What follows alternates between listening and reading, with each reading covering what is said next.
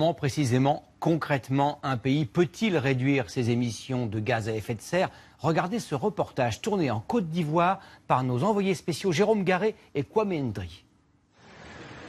Abidjan et sa zone portuaire. Voici l'un des plus grands sites agro-industriels de l'Afrique de l'Ouest. Une raffinerie d'huile. Un complexe très gourmand en électricité. Il y a encore 6 ans, plus de 45 000 tonnes de dioxyde de carbone étaient rejetées dans l'atmosphère chaque année. Vous venez avec moi? Mais les ingénieurs ont trouvé une énergie verte pour fonctionner de manière propre. Ce sont des copeaux de bois de VA à fin de vie.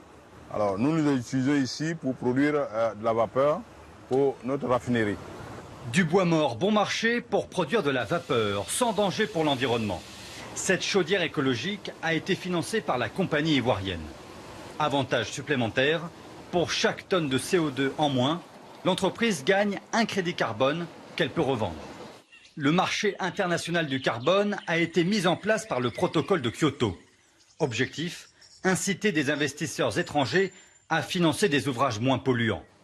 Le plus spectaculaire du pays, le voici.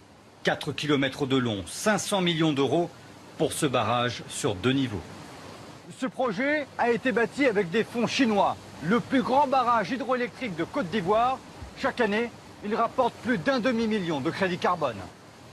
Grâce à cette énergie renouvelable, 12% de l'électricité du pays est produite ici. Si on n'avait pas cette centrale, pour produire cette même capacité d'électricité, il fallait utiliser les centrales thermiques qui, elles, utilisent du charbon ou du gaz, qui sont des énergies fossiles, ce qui est assez polluant. Ces programmes de développement propre sont encore rares en Afrique de l'Ouest. Et pour cause, le prix de la tonne de carbone est inférieur à 10 euros. Trop peu pour inciter les industriels à investir massivement dans ces projets.